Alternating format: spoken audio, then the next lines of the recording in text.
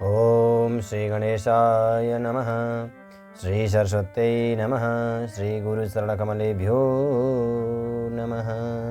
गजाननं भूतगणादिसेवितं कपितजम्बोफलचारुभक्षणम् उमासुतं शोकविनाशकारकं नमामि विघ्नेश्वरपादपङ्कजं। यं ब्रह्मा वरुणेन्द्ररुद्रमरुतस्तन्वन्ति दिव्यैस्तवैः वेदैः साङ्गपदक्रमोपनिषदैर्गायन्ति यं सामगा। ध्यानावस्थिततद्गतेन मनसा पश्यन्ति यं योगिनः। यस्यां तं न विदो सुरासुरगणा देवाय तस्मै नमः।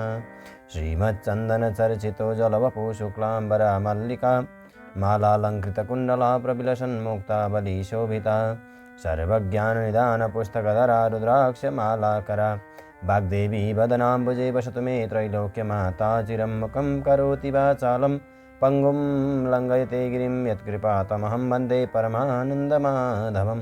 नमो भगवते तस्मै व्यासाय मिततेजसे यस्या प्रसादात् वक्ष्यामि नारायणकथामिमां।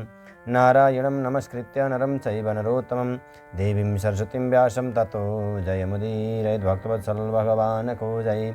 पद पावन भगवान् नाम को जय। भक्त सज्जनवृन्द, आज पनि उपस्थित भइसकेको छु म ज्योतिष पण्डित योगेन्द्रराज नेउपाने। अत्यन्त पावन माघ महात्म्य अन्तर्गतको यो स्वस्थानी परमेश्वरी भगवतीको कथा गाथा प्रसङ्गलाई लिएर उपस्थित भइसकेको छु।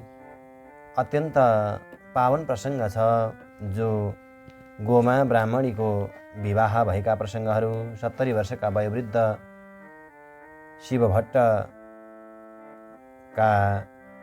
शिव शर्मा ब्राह्मणसँग विवाह भयो र अब त्यहाँभन्दा अगाडि के कस्ता प्रसङ्ग रहेका छन् हामी श्रवण गर्नेछौँ। अथ एकविंशोत्सवः।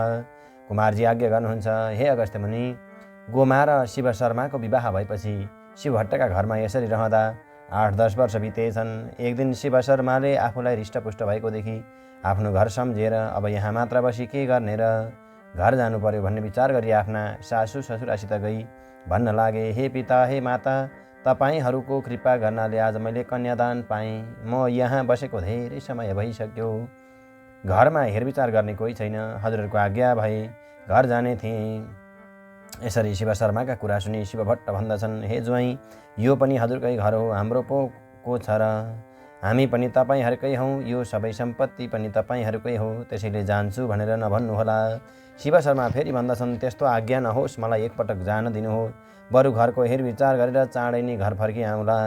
मेरो पनि त को छ र? बाबु पनि तपाईँ, आमा पनि तपाईँ, इष्टमित्र पनि तपाईँ, गुरु पनि तपाईँ, हितैषी पनि तपाईँ, हित गर्ने पनि तपाईँ, देवता पनि तपाईँ, मन परेको खाना लाउन दिने पनि तपाईँ। यस्ता तपाईँलाई छाडेर म कता जाउँला र? आफ्ना स्वामी शिव शर्माले यति भनेको सुनि गोमा ब्राह्मणी भन्दछन्, हे स्वामी, जाने मन नगर्नुहोस्, किनभने यदि तपाईँ जाने भए मलाई पनि सँगै लैजानुहोस्। हजुरलाई मात्र म एक्लै जान दिने छैन। तपाईँ बिना यहाँ म कसरी रहँला र? गोमाले यति भनेको सुनि शिव शर्मा भन्दछन्, हे प्रिय, तिम्रो बाल्य अवस्था छ, मसँग जान सक्दैनौ, किनभने हाम्रो घर धेरै टाढा रहेको छ। पहाड चढ्नु पर्दछ, धेरै दिन वनमा बास बस्नु पर्दछ। त्यस्ता एक्लास वनमा नाना वन्यजन्तुको डर हुन्छ। तिमी आफ्नो इच्छामा खाइ बढी कि कहिले घरदेखि ननिस्केकी, घाम पानीदेखि दुःख पाउली। फेरि मेरो वृद्धावस्था छ, कसैले बाटामा डाका लागि तिमीलाई हरण गरेर लैजाला। त्यसैले तिमी यहीँ बस। म घर गई खबर बुझी 2 महिनामा त आइपुगौँला। 2 महिना भनेको कति नै हो र? शिव शर्माका यस्ता कुरा सुनिसकेपछि गोमा ब्राह्मणी भन्दछिन्, हे स्वामी, तपाईँ 2 महिना भन्नुहुन्छ, तपाईँ नभए म 2 घडी पनि बस्न सक्दिनँ। शीत ताप र भोकदेखि दुःख पाउली, पहाड चढ्नुपर्छ, वनमा बास बस्नु पर्दछ, नाना जन्तुको डर हुन्छ भन्नुभयो। तपाईँले दुःख पाए म पनि पाउने। यो जगत तपाईँको सो गत मेरो, अथवा जो गत तपाईँको सो गत मेरो। तपाईँलाई छोडेर म यहाँ बस्दिनँ। मलाई छोडी जानुभयो भने म आत्महत्या गरी मेरो प्राणलाई त्याग गर्नेछु। गोमाका यस्ता कुरा सुनिसकेपछि शिव शर्माले भन्नुहुन्छ, हे प्रिय, त्यसो भए तिम्रा बाबा आमासँग बिदा माग। अनि गोमा ब्राह्मणी आफ्ना माता पितासँग बिदा माग्न भनेर गइन्। हे पिता, हे माता, म पनि मेरा स्वामीसँग जान्छु, बिदा दिनुहोस्। यस्ता कुरा सुनेपछि चिन्तित हुँदै गोमाका बाबा आमा भन्नुहुन्छ, हे पुत्री गोमा, तिमी जान्छु नभन, किनभने हाम्रो वृद्धावस्था भइसक्यो। छोरा भने पनि छोरी भने पनि तिमी एउटी छौ। तिमी पनि छाडेर गयौ भने हाम्रो हेरविचार कसले गर्ला? पानी पनि कसले प्याउला? तिमी पनि नभए हामीलाई त चन्द्रमा नभएको रात जस्तै हुनेछ। जसरी रामचन्द्र र सीता नहुँदा राजा दशरथको प्राण गएको थियो, त्यसै गरी तिमी नहुँदा हाम्रो पनि प्राण जानेछ। त्यसैले हामी दुई स्त्री पुरुषको सेवा गरी यो सम्पत्तिको स्याहार सम्हार गरी खुसी साथ बस। अहिले तिम्रा पतिलाई मात्र जान देऊ, 2 महिनापछि त उहाँ फर्केर आइहाल्नुहुन्छ। आफ्ना बाबाआमाका यस्ता वचन सुनेर गोमा फेरि भन्दछन्, हे माता पिता, स्त्री जातिको सबै तीर्थ व्रत दान धर्म आफ्ना पति हुन्। तपाईहरूले स्मृतिशास्त्र पुराणहरूको अध्ययन गर्नुभएकै छ। पति पत्नी भनेको एक अर्काका सहयोगी हुन्। तिनीहरू सुखमा पनि सँगै र दुःखमा पनि सँगै रहनु आवश्यक छ। यसबाट दाम्पत्य जीवन सहज हुन्छ। रामचन्द्रलाई पनि वनवासको आदेश मिलेकोमा माता सीता पनि सँगै जानुभएको थियो। यसबाट जस्तै दुःखमा पनि एक अर्काको साथ छोड्नुहुन्न भन्ने सन्देश मिलेको छ।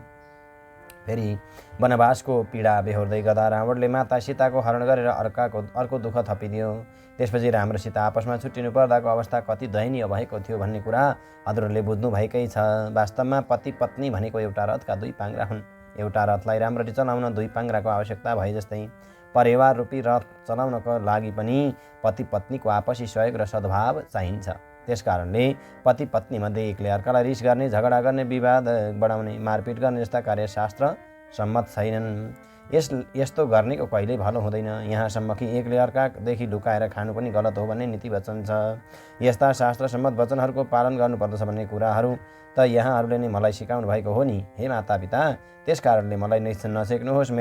फेरि मेरा पति वृद्ध हुनुहुन्छ। म नभए बाटामा कसले उहाँको स्याहार सुसार गर्ला। फेरि संसारमा कसैका पनि बढेका छोरी माइत बस्नु हुँदैन भन्ने प्रचलन तपाईँहरूलाई सर्वविदितै छ। बरु फेरि हामी चाँडै नै फर्कनेछौँ। अहिलेलाई जान दिनुहोस्। गोमाका यस्ता कुराहरू ध्यानपूर्वक सुनिसकेपछि उनका बाआमाले, हे पुत्री, उसो भए हामी के भनौँ, जाने भई जाऊ भनेर आँखाबाट आँसु खसाली थरीथरीका गहना कपडा पहिराई धेरै धन सम्पत्ति डोलीमा चढाई सहर बाहिरसम्म पुर्याउन गए। बाटामा राम्ररी लगे भनी डोलेहरूलाई हराए। हामीलाई नबिर्से चाँडो आए भनी गोमालाई भने।